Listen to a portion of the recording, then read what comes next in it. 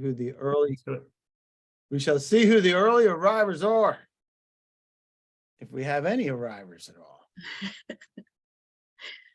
They'll be here. There it is. Lacey's here. All right. Good deal. All right. So Jamie was asking me the question of what the icebreaker is. So we'll get to that in just a minute. But you were just talking about a whole bunch of data things. And what were you just saying about just the historical data that we have and being able to use that? Well, there's so much historical data that exists in the world, whether it's in paper documentation or in public repositories, that's either poorly structured or not structured at all. If we had the tools to automate turning that data into a cohesive data set, we'd unlock a lot of scientific advancement, I think. I don't know, man. You just saw what happened with ChatGPT. I mean, it's crazy what's happening with that. Exactly. And those sorts of tools coming online make this sort of data integration much more accessible and much easier to do. I couldn't agree more. It's coming. Always better to have it right in the first place, though, right, Kelly? Absolutely, yes. That's what I was just sitting here thinking. We don't have to spend the time trying to fix it or the money. There you go. Definitely better to have it right in the first place. That is a fact. All right, let's see if this actually works.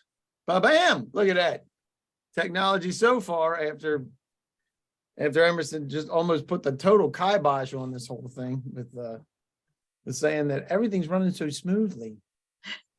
So appreciate it. Well, we'll get started in just a minute. So the question of the day, we only have a few people. We have Ian, Lacey, Letitia, Michael, and Rembert. Never heard of a Rembert. That's awesome. So the question of the day, since you guys are all here, this is the question. What's your favorite Clint Eastwood movie? This is a setup. I'm not going to tell anybody what it is yet, but it's a setup. What's your favorite Clint Eastwood movie? Oh, I got to put the chat thing on the right way, I think. Hang on a second. I need to make sure everybody can chat to everybody and that I'm chatting to everybody. Okay. So there's a reason why I'm asking this question. So if you don't like Clint Eastwood, just say, I love it. Good, bad, and the ugly. I know that's a winner. That's one of the spaghetti westerns. I was a Clint Eastwood absolute nut, Jamie Blackburn, when I was younger. Josie Wales was one of my favorites. Dirty Harry, there you go. And where are you from, by the way? If you put in where you're from and what's your favorite Clint Eastwood movie, because I have a winner here. Go just put that in the chat. But as we do our introductions, I got a winner for you. So that's the question. Where are you from? And what's your favorite Clint Eastwood movie? If you don't like Clint Eastwood, then you can put your favorite actor in there. But it's going to be this one's going to be an interesting one. And Emerson might leave after I tell him. So here we go. We'll get started. So that's the question of the day. We have a bunch of who we have. We have Durham. We have Cary, North Carolina. Fantastic. We got Washington, D.C. Dirty Harry from Michael. Awesome. Good, bad, and the ugly. The killer movie, right? Not short. That is for sure. Not short. So this is not in reference to the good, and bad, and the ugly yet, but I do have a Clint Eastwood movie that I'm going to be pulling out from the 60s. So we'll make sure that we get things going. But I want to introduce you to these folks. Emerson Hewitt is the founder of Synthesis with no Y. That's the most important thing to get from this briefing. No Y in that one. Kelly Chapman is from iAdvantage Software. She's also a scientist. You're a scientist too, right, Emerson? My background is in biology, yes. These days I bang on a keyboard a lot, but once upon a time I did a lot of wet lab work with viruses and vaccine development. All right, then. No vaccine problems the past few years, I know. Of course not. All those were solved. And then we got Jamie Blackburn, who's the director of iAdvantage, because he's going to be talking a little bit about iAdvantage while we're doing this. And the question that I have, so here's the last time I'm going to ask the question. What's your favorite Clint Eastwood movie? And if you're not a Clint Eastwood fan, that's okay. Just let us know where you're from. But the reason why I'm asking this question is the first time I saw Emerson, it was immediately this. What movie is this from? Who knows what this is from? That happens to be Donald Sutherland. Obviously, nobody's ever seen Emerson and Donald Sutherland in the same room, as far as I know. That's all I know, first of all. But this is Donald Sutherland just a few years ago. He doesn't quite look like that. So anybody know what this movie is? And if you do know what the movie is, you're first one to put it in. And this is Government Issue. This government issue, NASA, I need my space mug. I just need your address and I'll send it to you. And it's less than $25, so nobody has to go to the pokey if we give this to you. It's not buying anything anyway. So question is, what movie is this from?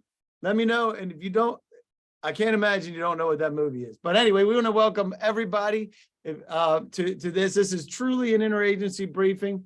There's not a lot of folks here yet, but we had a whole bunch of folks that registered. So we're just going to keep on going, right, Emerson? We're going to roll on.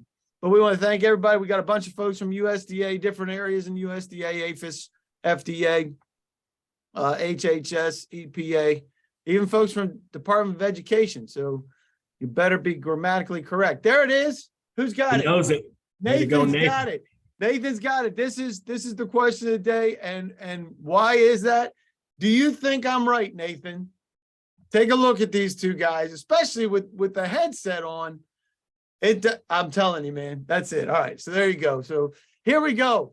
This will be the best briefing ever. If I learned what FAIR was about, Letitia, you're here. You're going to learn a little bit about FAIR. But know that JP says if it was ADHD friendly, I love it. We'll do our best to not put people into a coma. Right, Jamie? That's right. Absolutely. So Carrie says, mention the GEO platform and NGDA of 2018. Anybody got a comment on that? First of all, we already mentioned it, so it's the best briefing ever, Carrie. But go ahead. Anybody know what this is? Actually, I do. It's the National Geospatial Data Asset, and it's actually a really great example of FAIR because it provides access to a wide variety of data sets, provides metadata about what data they contain, and provides links to the actual data as well as information about how to access it. So it's actually a really powerful tool for accessing data. That's a good example of kind of a success along the FAIR continuum. Love it. And so there you go. We mentioned it and even explained it a little bit, Carrie. So this has to be the best briefing in the history of briefings for you. All right, Deborah says it was clear on the best courses to take to stay abreast of these changes. Hopefully we'll be able to help with that. Dwayne, cover the relationship between metadata, data standards, and steps towards data interoperability. I think we'll touch on that, right, Emerson? Hope so. Beverly says, I have a better understanding of future data integration. That's part of this. Charlamar, devise data and survey results and survey tools. Love that. We'll talk about that. Joel clearly articulates what FAIR is and how it should be implemented. Hopefully we'll get to that. Carrie, I can find a funding source for my robotics automation project. Carrie, I have no idea what that is. However, we may have somebody that might be an angel investor. Boom. I don't know. I don't know if that's going to work here, but I appreciate that. Jennifer says, I come away knowing how to collect data with no errors. Woo, that's a softball for Kelly. I think she's winding up right now. Dizan says, educate me on what FAIR metadata is. We will talk about that. If you have anything that you would like us to address, pop it in the chat. The question that it was, if you're wondering what in the world we're talking about with Kelly's Heroes, no negativity, always with the negative waves, right? Right, Nathan? That's it. That's Donald Sutherland. So that was the question, is does Emerson actually look like oddball from Kelly's Heroes? He's not an oddball, although, like I said, never seen Donald Sutherland and Emerson in the same room. That's all I know. All right. So so with that, if you have anything that you'd like to talk about for real, not just Kelly's Heroes and craziness like that, but let us know if there's anything. But best practices for building and utilizing cloud capabilities to implement FAIR practices, because all that's woven in, right, Emerson? Cloud and implementing FAIR. Maria Alexia, what a cool name that is. What types of data integration practices are sustainable versus unsustainable? Wow, that is fantastic. All right, Jamie, you know anything to talk about that? We'll talk about that a little bit, right? That's right. And Sarah, case studies of government agencies successfully implementing FAIR. We're actually going to drop one on you today. So that's awesome. Judy, automated records management. Judy, you here? Let's see if Judy's here. JP's here. You still with us, JP? ADHD man? Judy Jones. We might, if that's you, Judy, that asked that question for automated records management, pop in what you mean by that. Maybe we'll get you in a little bit later and we'll see if we meet what you're asking for. Beverly, the future of data integration. Absolutely. And what recommended strategies for ensuring data integrity and accessibility as systems and requirements evolve in the future? There's the big softball for you, Kelly. That's all I know. That's what that is. All right. So we will talk, we'll get you introduced to these guys and why they're here, get you interacting with us as well. We'll get into fair metadata difficulties with it because there's always challenges. You get these requirements coming down from above, and they say, hey, we just want you to do this. And sometimes it's funded, sometimes it's not. Apparently there's some robotics thing that needs to be funded too. So if you know a little bit about that. The future of data integration, choosing a platform that uses scientific methodology. The reason we're highlighting that and why iAdvantage is here is because that's what they do, first of all. And secondly, because if you do it right on the front end, Kelly, what happens on the back end? Quality, quality, quality. And Quality. reusability. So, and there's a few enough people here. If you pop something up, we're going to make sure you get involved throughout this. You don't have to wait till the Q&A, but we will give you opportunities to talk throughout this. And if you have something, just smack me over the head. And Judy Jones is here, so she can tell us. Hang on a second, Judy Jones. Let's see if we Automated records, man. Watch this. Watch what we do here, Emerson. Judy, you there? You got a microphone? Let's see if she does. If she's got a microphone, she's going to say exactly what she means by this automated records management. If you, Good morning. you there, Judy? Yes, I am. Can you hear All me? right. Who are you with, Judy? I'm actually with DOI, Department of Interior, Fantastic. and Thanks for doing under what you do. Indian Affairs. And we are trying to transition all of our permanent records, all of our records management to an electronic process, an automated process. So that's why I was asking, because we are trying to streamline and go to one data source or one repository so that we could set up an automated process to alert us when the records are ready to be transitioned over to the archive system. You know what I mean? So, and that's the reason why I was saying automated records management, making sure that we are in compliance with all the different requirements and setting up something safely. Well, if we don't answer all those questions there, let's make sure we continue the conversation later. And you Okay. just say, if there's anything else that we missed, this may help some. I don't know that we're going to be all talking about automation we're actually talking about that from the beginning. And before everybody popped on, we were talking about, hey, we got a whole bunch of information that's in various forms. It'd be great to be able to use that. Right, Emerson? Absolutely. All right, Judy, I appreciate Thank you. that. I'm going to mute you just in case you have some dog barking or some craziness that happens. So I appreciate that. So that's great. And if anybody else has any information that they want to share, that's exactly why we're here. We will have the session docs. You'll have the briefing presentation. They're actually two different pieces. One is the GovBrief side, one's Emerson's stuff. And we have iAdvantage, very important propaganda from iAdvantage. So there you go. And if you want to participate, it's that easy. You raise your hand, throw it in the Q&A, throw it in the chat. We'll do our best to be able to find it. If you have something that you don't want everybody else and their mother to see, put it at info@iadvantagesoftware.com. It'll be down there various times in this presentation. And Jamie will get that and make sure that everything stays secretized for you. Quick disclaimer for those of you who, this comes from GSA. It's not affiliated or endorsed by GSA. It's provided to you for informational purposes only, and it's not an indication or endorsement to purchase from any vendor. So now you can actually participate just like Judy did. So, all right. So tell us a little bit about iAdvantage. How'd you get this thing going, Jamie? All right. What are you doing? So down here in Cary, North Carolina, which is right south of RTP, and it's it's between Durham and Raleigh. And if you ever come here, first of all, we have the most beautiful day. If I could open up my shades, it's just too sunny today. We have 30 plus years. We've been capturing data, managing that data and reporting on that data for various agencies. But more importantly, we've been using what we think is the best methodology, what we call the scientific methodology, which is very much a planned, a well-executed, measure twice, cut once. We are a GSA schedule holder, and that's why we have these briefings, so you get to know us a little bit. But more importantly, today we get Emerson Hewitt joining us from our partner company, Synthesis.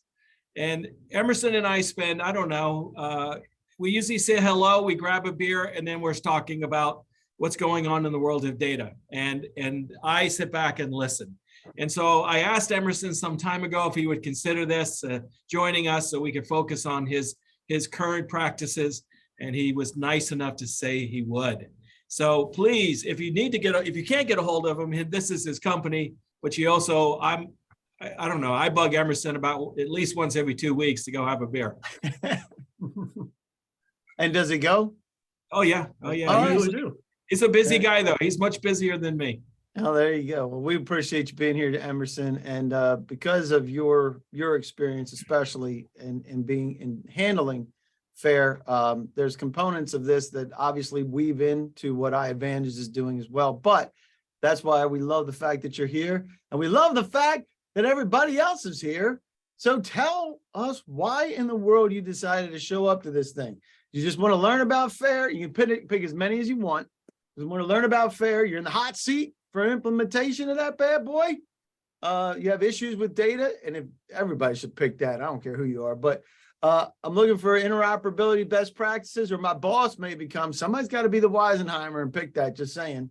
And have you ever been here before? There's a bunch of folks that have ever been here before, so hopefully this is exactly what you expected. And if you've never been here before, you're in for it. And just as a point of clarification, we expect at least 80% participation in these polls. So everybody, please start clicking your answers. There you go. And if you haven't been here with Kelly, she will be smacking you over the head with the Southern accent. Just so nice. Just saying, please pick it. Then she gets into get on it. So there you go. So we're at 60% now. So you can go ahead with that. And so we're going to be discussing FAIR, and first things first, Emerson's going to give us an overview of that.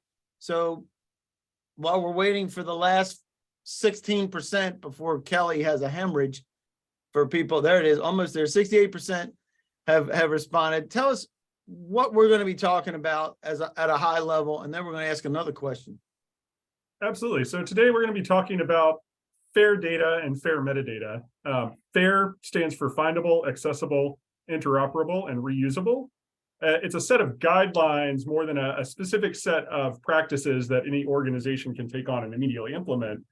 But really what FAIR enables, I'm going to tell you why it's valuable first, is FAIR enables less risk in exploration.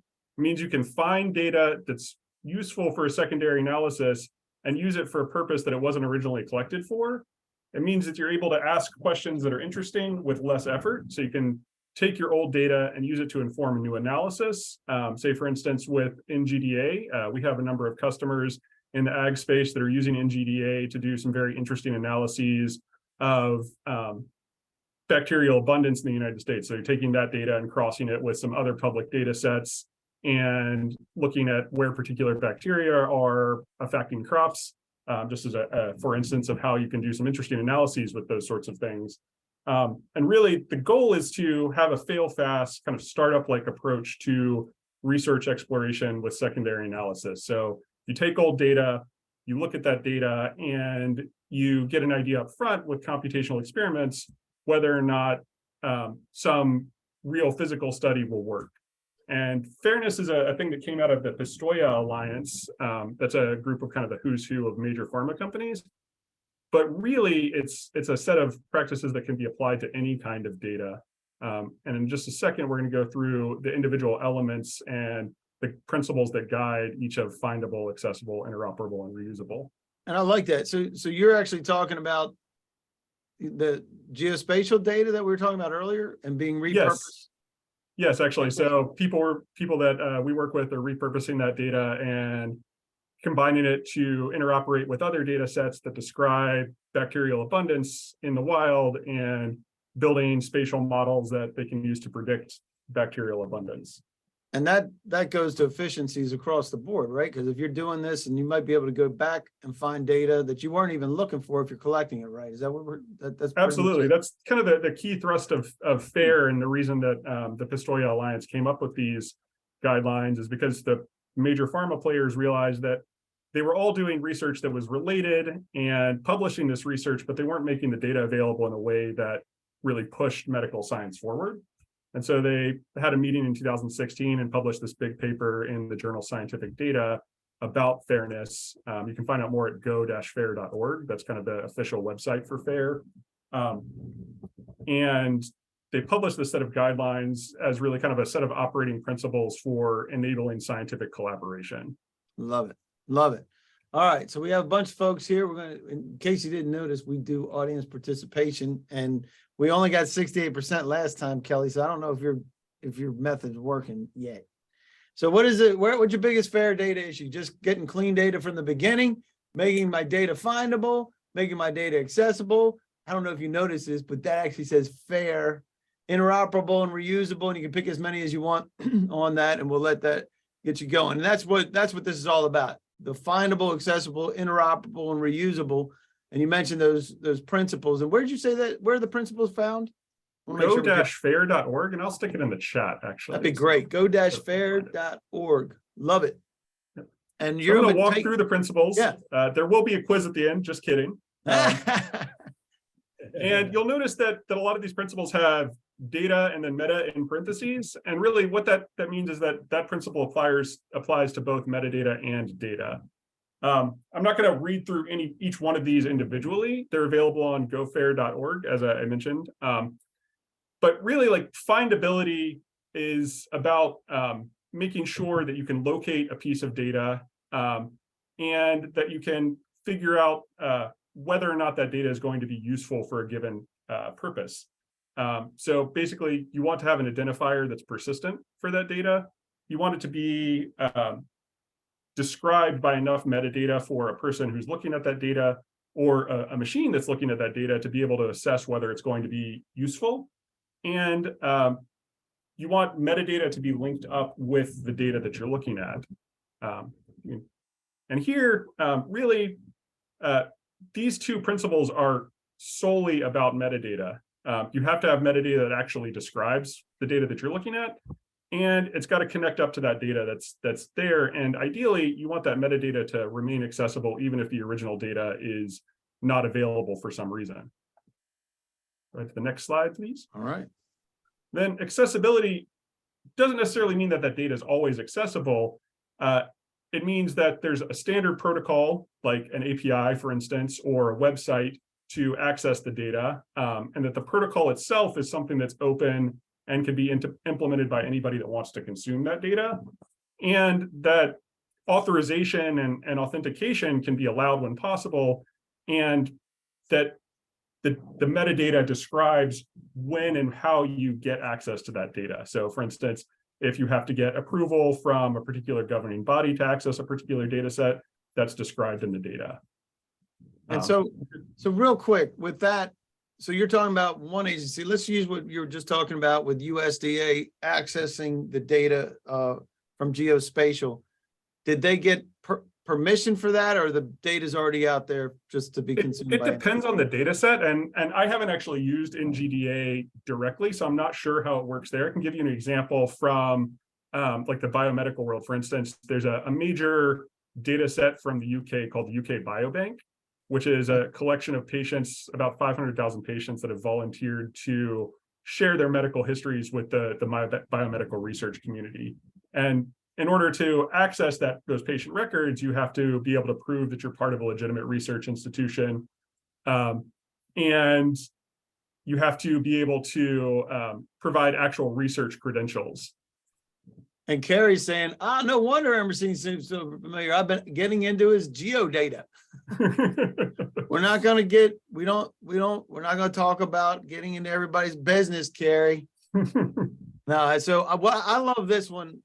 One of the most important things, I mean, I'm not involved in this data, but just knowing some of the challenges that agencies have in being able to access data that may not be available for public, but I think that is a huge piece to be able to go back in time and then go and grab that data, provided it's right in the first place, right, Kelly? That's the other thing that we talked about. And oh, by the way, I do want to share this poll with everybody. So this is the poll: getting the data clean from the beginning. Super important, because if it's not clean, it's really hard to use later, and then you got to spend all kind of dollars on AI and everything else to try to fix it, right? So I love it, and everybody's on board. I think it's great, and we actually had 76%. So you guys are getting close, right, Kelly? All right. So so as far as the interoperable, this is what does interoperable mean to you? Because it may mean something different to me. Interoperability in the context of FAIR means that there's enough information about the data for either a machine or a person to figure out how to connect it with other data Right. and in what cases it's going to be useful. So as a for instance, like what vocabularies are used in the data. So say you have categorical fields that describe some situation, for instance, like the kind of soil that is present in a location, just as a for instance. Okay. One data set might use one vocabulary to describe it, another might use a different vocabulary, and being able to No identify way, Emerson. those things No is way critical. two different agencies use different acronyms. Of course not, would never happen, right? Never happens.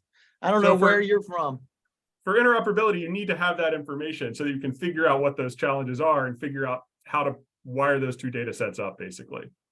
And is that what the third part is with the Yes, references? exactly. So you know how data relates to one another. It's very critical to have both a description of the data itself and how it connects to other data. For instance, like this is a soil sample. How does it relate to, say, weather data from the same location? How do I link those two things up? Fantastic. Somebody did somebody raise their hand? Was you, Kelly? It was me. I just wanted to jump in and say, it occurred to me that a good way, Dave, to talk about interoperability is very similar to many years ago when the scientific naming system or nomenclature of genus and species were developed. And it was primarily to make sure that when people talked about something, they were sure to be talking about the same organism. And that flows all the way through all data. It has to be organized and developed in such a way that no matter where it goes or where it's used or how long it is, people still have the same understanding of what it means. That's And a just great example, Kelly.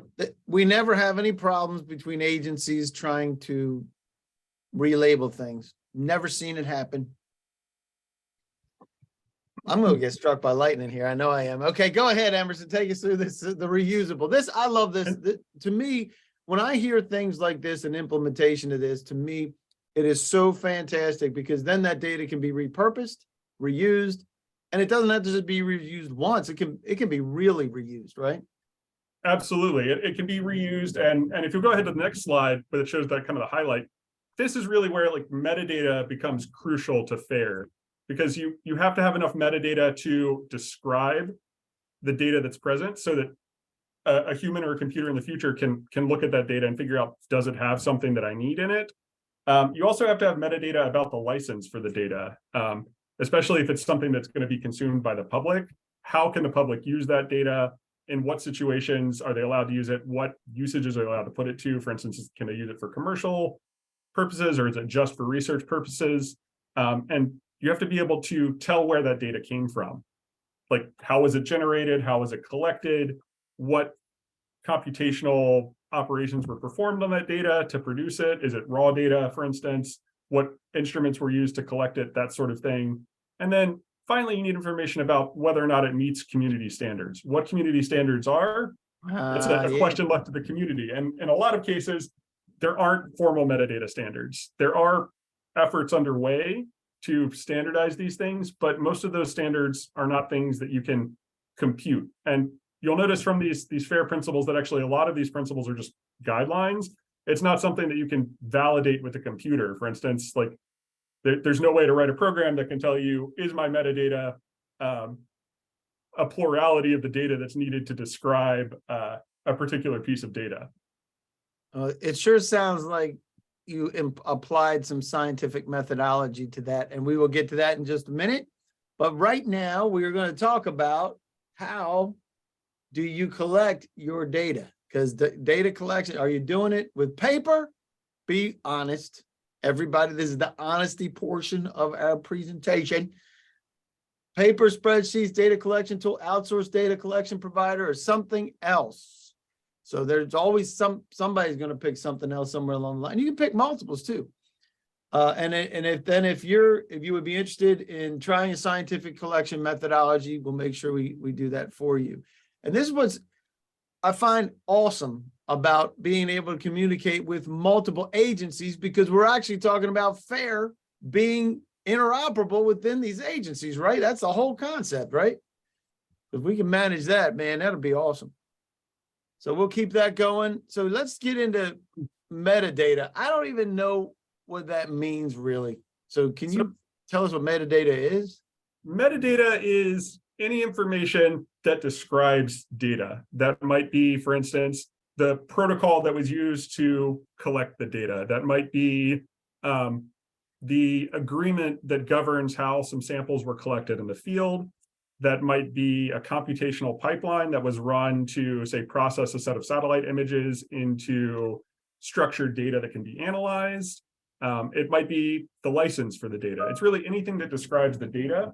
And in the context of fairness, metadata is whatever you need to make it interoperable and reusable.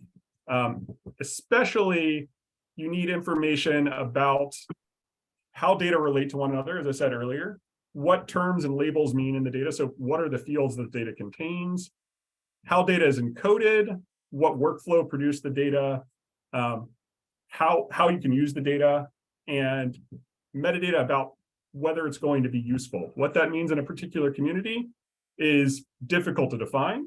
Isn't it really, like, though, Emerson, isn't it like you might not even know the use of the data until after you have it for a while, and all of a sudden light bulbs go off and say, wow, we could really use that, and USDA did it over here, or FAA did it over there, or who knows, geospatial did it over here, right? You don't even know what data you want yet. Exactly. And so that's actually a really important point about metadata. Data itself is not something that should be modified, but the metadata should be something that can be enriched over time.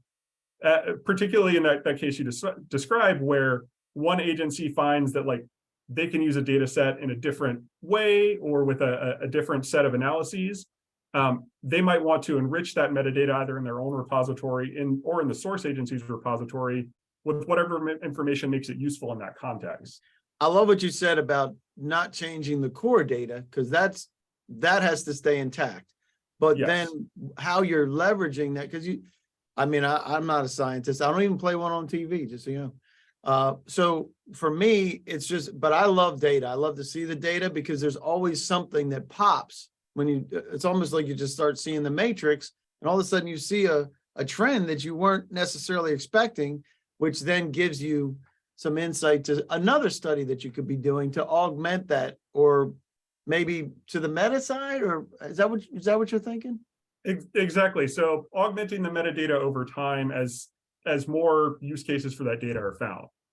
Love it. And really, like it's important when you think about that to understand that the FAIR principles are not a source of trust or an assessment of data quality. They form the foundation for assessing in a given context whether data is going to be useful. So you need the metadata. Metadata is really the information that tells you whether you can trust data in a given context for what you're going to use it for.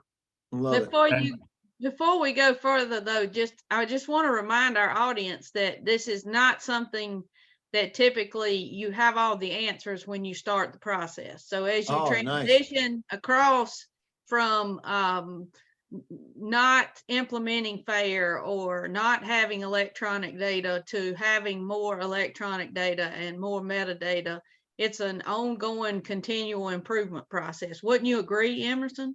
I would 100% agree. And even for data that you're collecting today, to the point that Dave, you just made, what you need for it to be fair within your organization might not be what makes it fair for another organization. So there needs to be a mechanism in place for the metadata to be enriched over time. And for historical data, it's absolutely a continuum from paper to spreadsheets to a database to a single source of truth. It's a continuum that every group is currently on the journey of making. I love that too, that we're all on the same journey. In fact, Thomas put in there, a good example is with biocomputeobject.org. No idea what that is, but thanks for popping that in there, Thomas. That's why we do this. Love it. Biocompute is a great example of sharing both the data that was collected as well as the workflows that can produce that data. And that sort of thing is really important in scientific reproducibility, where you're doing a lot of computational work. And Judy's got her hand raised again, so I'm gonna say to unmute you, Judy. Go ahead and unmute. Unless you did that by Okay. accident. Oh, no. I was just gonna share that we have a contract in place right now with the OSU to OSU capture being who? all the treaty database, all the treaty documents Ah, into a database. And that's why I was saying records management. How do we have a lot of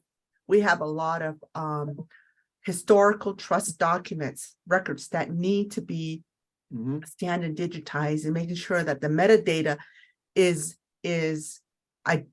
taken care of properly, so that we'll be able to research and gather that information into a usable research and reporting tool, and so that's kind of the reason why I was saying Love records it. management. Yeah. Love it, love it, love it. And I Okay. appreciate Mhm. that a bunch. Hopefully what we're about to cover, Judy, will be really helpful in terms of thinking about how to do that.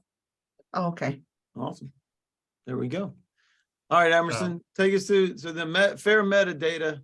Yeah, absolutely. So I hope you're starting to see how if you have metadata that tells you how to find your data, how you can access it, and enough information about that data to make you able to decide whether or not you can use it for a particular use case, how that might enable you to do more secondary analysis with that data more quickly.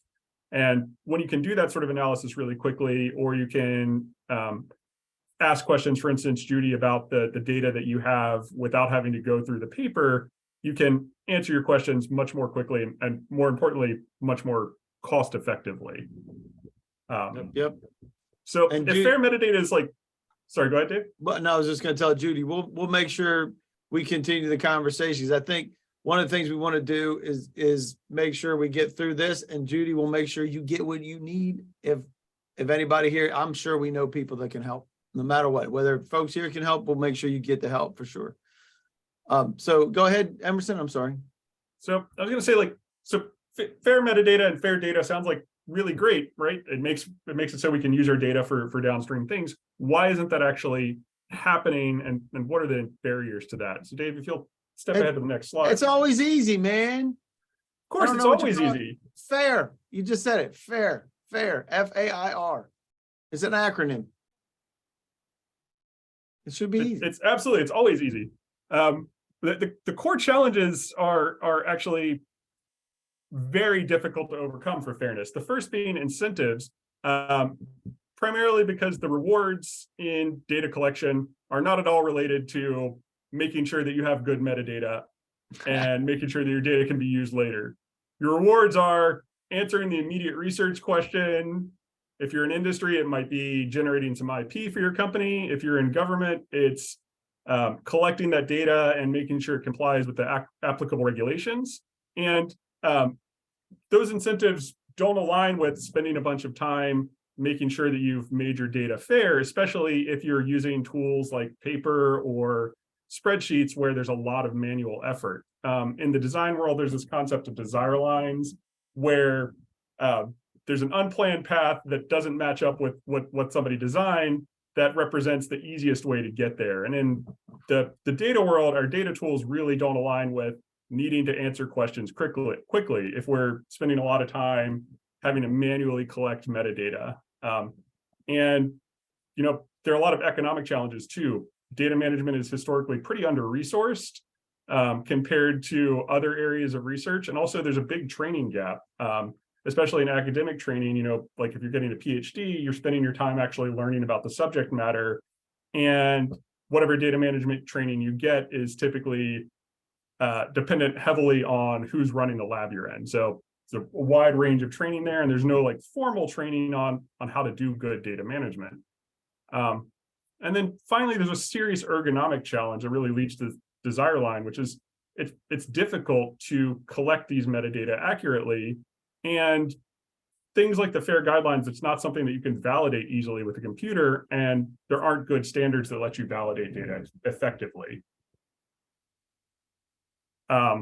So kind of the key issues here with new metadata are the ergonomics of creating that data in a fair way and capturing it. So ideally, you're going to be using a tool that captures as much of the metadata for you as possible, and validates it as you're entering it, rather than putting it into a spreadsheet or something like that. And then sometime later, you have to go back and correct errors, maybe when you get back to the office or something like that, when you might not have enough information to actually do that.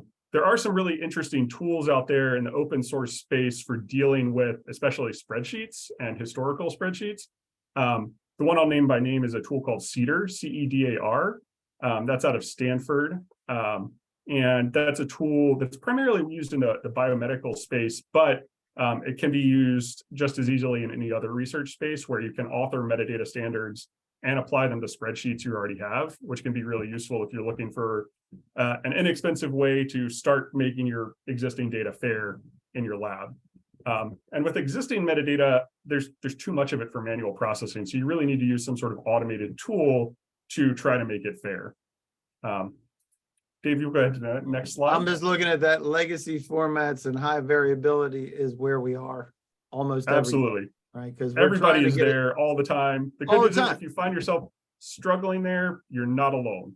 There isn't anybody, because we don't collect data just to have data. We collect data to do something with the data, right? So at least we do in our world. So I'm sorry, Exactly. didn't mean to hijack it. Go ahead. No, you're totally good. That's a really important point. And really, like, in the future, to make our metadata fair, we have to have computational assistance. We've got to make metadata validation machine actionable. So we've got to have machine actionable definitions of what good metadata looks like. Ideally, that's going to be in a system where you can't collect bad metadata. But if it's not, it's going to be something that lets you validate your spreadsheets as quickly as possible and as close as possible to when they were created. And we also need intelligent assistance for things like vocabulary fields and naming fields. So if somebody's working in a spreadsheet, can we make that spreadsheet so you can't enter bad data in the spreadsheet, for instance? And really, like, the ultimate goal is to make it easier for people. And unfortunately, spreadsheets, a 2D data grid where somebody can do calculations, that's a really powerful tool that's very difficult to take away from scientists. So we're going to be stuck with spreadsheets for a long time. Even if you have an ideal system, you're going to have to deal with spreadsheets. And that's not even talking about the existing metadata that might be paper-based. It might be in 15 different databases made over the course of 30 years, where we need tools that let us, again, describe in a machine actionable way what good data looks like, and then automate the assessment of quality and automate integrating that data and harmonizing that data. So harmonizing data means taking data that's in a bunch of different formats, using a bunch of different vocabularies, and transforming it into a single source of truth that you can use for research. So what can we automate today using technology that we've got? The good news is actually we can automate a lot of this using things like natural language processing. ChatGTP actually, if you got on the call very early, Kelly and I were kind of chatting about that, is a really powerful tool for this that can do things like abbreviation disambiguation very, very well. And it performs kind of at the state of the art without any additional prompting compared to an existing system. So for instance, you've got documents with a bunch of bad abbreviations, you might want to use something like ChatGTP. So we can automate harmonizing data that's got a bunch of bad definitions. We can use tools to map control vocabularies from categorical terms with a bunch of different vocabularies across agencies. And we can automate things like finding validation errors and anomalies within your data.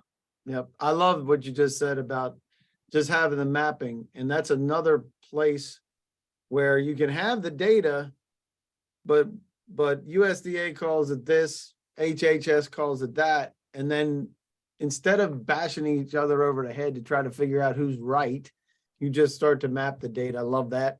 That's what you're talking about? Absolutely. Exactly. Awesome. Yeah. So, and in an ideal world, you have a system where you have your underlying data and you can map it to the format that's useful for a given agency at a given time. So if one agency has it one way, they can map it in their terminology, and the other agency can use it in whatever terminology is relevant. And you to don't them. have to change the culture of the one agency to match the other one, because you're never gonna do it. Exactly. It's not happening. All right, so it's one of my favorites. So anytime we're doing this, we always love to see a real case study that's happening. This is the National Center for Biotechnology Information. And so tell us about this. Absolutely. So BioSample is a database that NCBI maintains. It's a database that's used across the world of biomedical research, where scientists that are engaged in research are actually, in the case of federally funded research, required to deposit information about their samples. So it's really widely used. It's constantly growing. You have access to the underlying data. Primarily, that's things like genetic sequence information from studies, which is really, really important if you're going to do downstream secondary analysis. So say you're looking, for instance, to understand what bacteria might be related to skin cancer. You can look at this biosample database and look at all the samples that are bacterial genomes associated with people with skin cancer, which sounds great. You can do a lot of really interesting things with that. But the metadata, because there aren't computationally actionable metadata definitions, and there's no clear community standard, or the community standards that are there haven't been applied well over the past 20 odd years that this data has been growing, the data quality is pretty problematic. So if you want to step ahead to the next slide, Dave. I'm just gonna say data quality is problematic for everybody. So if you have a problem with data, you're not the only one. So we were working with a research group using BioSample, and they were interested actually in that question about cancer and how bacteria relate to skin cancer. So they're looking at there's a set of about 5,000 samples that they were really interested in. And they were very interested in doing something called metagenomic analysis, where they look at all the bacterial genomes and they're comparing them and looking for genes that might be relevant. And they were comparing this to a big private set of data as well. So they're integrating this huge public data set with a private data set. And they really needed these 6 metadata fields out of it. They wanted to know how old patients were, the sex of the patient, where that sample came from, what kind of cancer they had, how far along it was, and where the sample source was taken from. And in this data set, for instance, patient age across 4 fields, very different. As a human, you can see this is the same, but for a lot of data analysis tools, it's really difficult to integrate this. You step ahead to the next slide as well, Dave, the next couple of slides. Yeah. Disease name, sometimes it's collected with the data itself, sometimes it's in other linked data. And sample source was all over the place. That's the next slide. Across 18 columns in total, described in a wide variety of ways.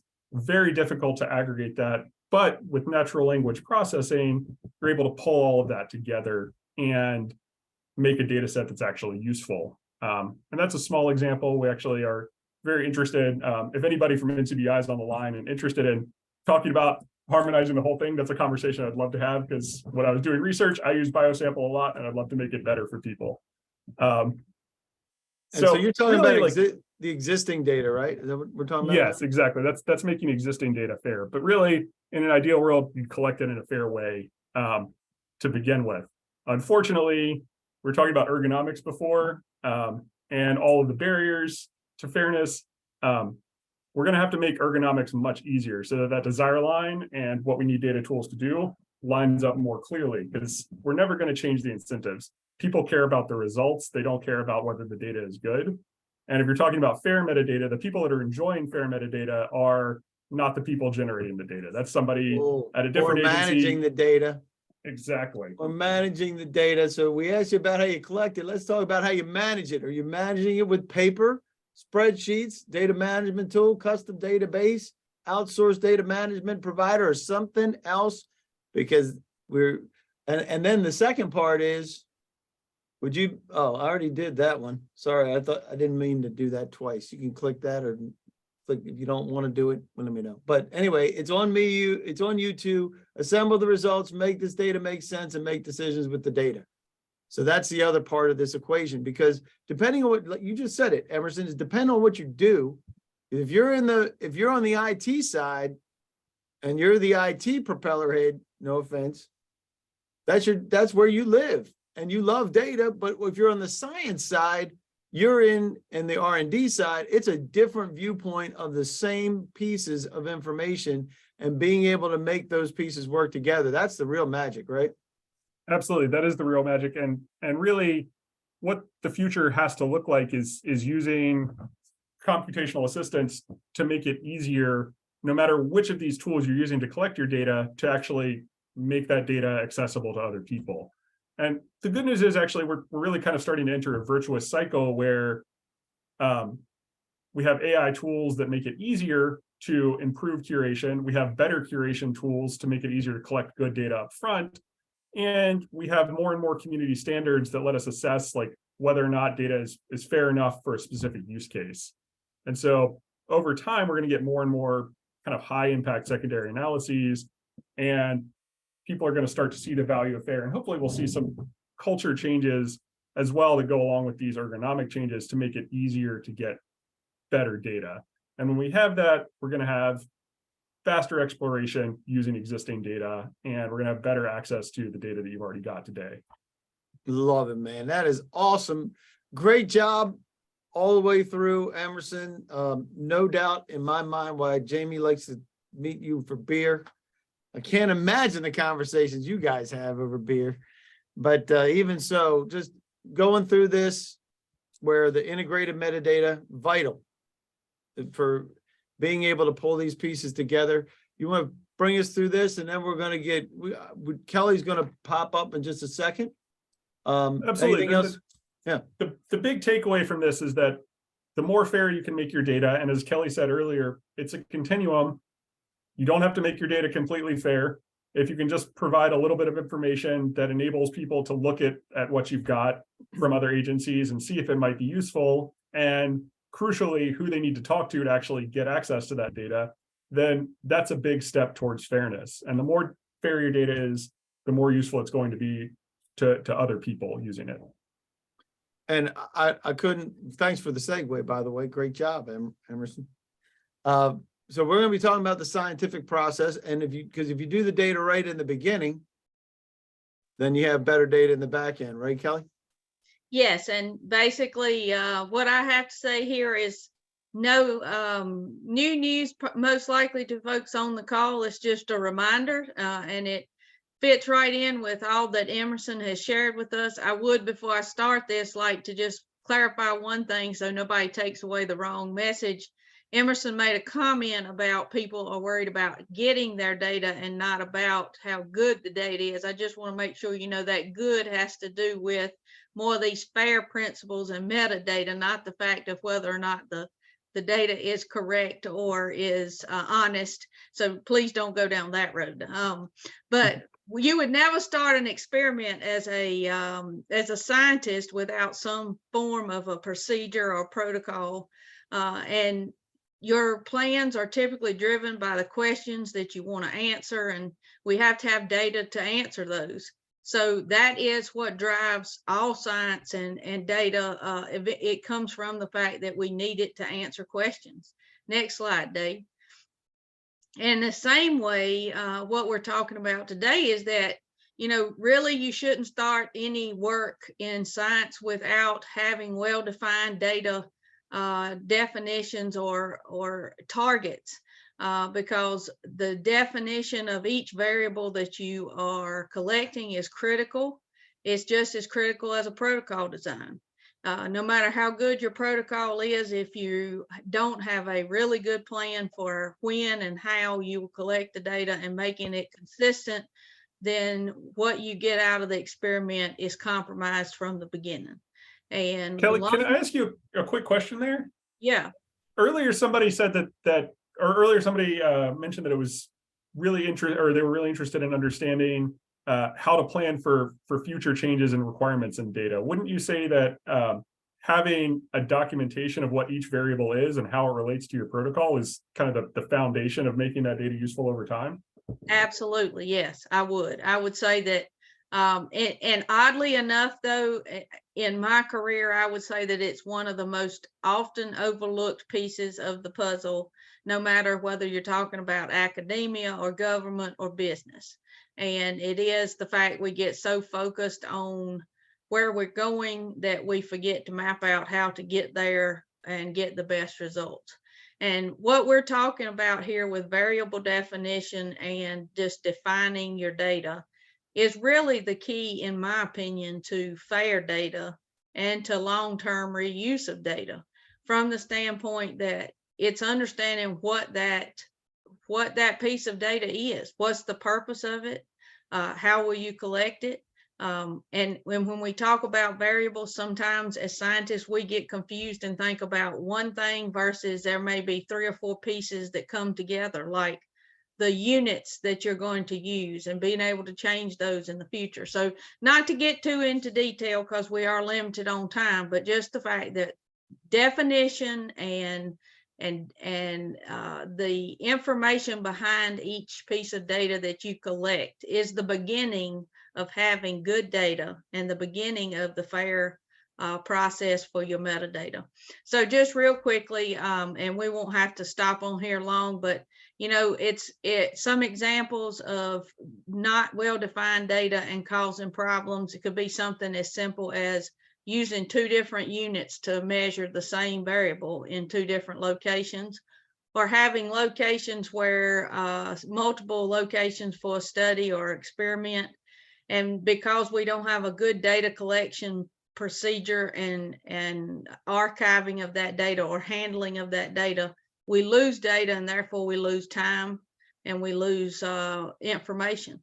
So I just wanted to add to the fact of what Emerson had said from the standpoint of a scientist, of all of you who are on the call here who handle data, that it starts with the very simple things of defining what are your variables, the metadata behind those variables, as simple as what units, and the language that you use within your data set. That's it, Dave. I love it, love it, love it, love it. Always the consummate rock star with getting us where we want to go. If we want to continue the conversation, that's where we'll make sure we continue it with iAdvantage, with Emerson, or somebody else like Judy. I'm not sure. A lot of this was scientific, Judy, so we were kind of moving towards the scientific side, but your problem is not a unique problem either. And so we'll do our best to be able to help you get to where you want to go no matter what. And as always, participation is easy and encouraged. If any questions before we jump, I want to make sure that we get to the next part, but we have about 5 minutes that we can apply. If there's anything else, anybody, Judy, you're welcome. And so if we don't have any other, here's one in the Q&A. Here we go. If you speak fail, where the language is where L language, management loses interest and resources fall off. Nathan, you are correct. However, I'll put my piece in. What do you think of that? If you speak fail, where instead of fair, it's fail, where your language, management loses interest and resources fall off. That's absolutely true, by the way. Yes, yeah. It's changing the acronym on us. Yeah, man. Can't do that, Nathan. We already had the acronym today. Yeah, we're done. I love that. We don't want the L. The difference between fair and fail. How many letters is it? L, M, N, P, whatever. But yeah, I love that, Nathan. Thank you very much for that. And before we jump, I told you earlier, you're not under obligation to purchase from any vendor, but if you wanna, you can, because iAdvantage has a GSA contract and they have the ability to do it through partners. So if you have anything that you need, we'll make sure that you get it. And if iAdvantage can't do it, we'll help you find somebody that does. Next week, early next week, because it's Thursday in the afternoon, what we do is repackage this and we make sure that you have a briefing presentation and all the rest of the things linked to the video. So you can, now that the Oscars are done, guys, this could be the next Oscar material, I think. But I appreciate you guys joining us. And Emerson, thanks for letting me do the humor earlier without leaving me. Absolutely, appreciate it. So no negative waves from Emerson. Just saying, if you don't know what that means, then you missed the intro. That was with Emerson, and join us. So we definitely appreciate you joining us. And for those of you who are of Irish descent, everybody's of Irish descent tomorrow. The luck of the Irish be with you. So there you go. Awesome, awesome, Jamie. Anything you got for final comments? Nope. Thank you so much for attending. Call us about anything. We love talking about smart things to do. So, you know, we're opening ourselves up. No matter what, you can at least use our minds to review whatever you might have.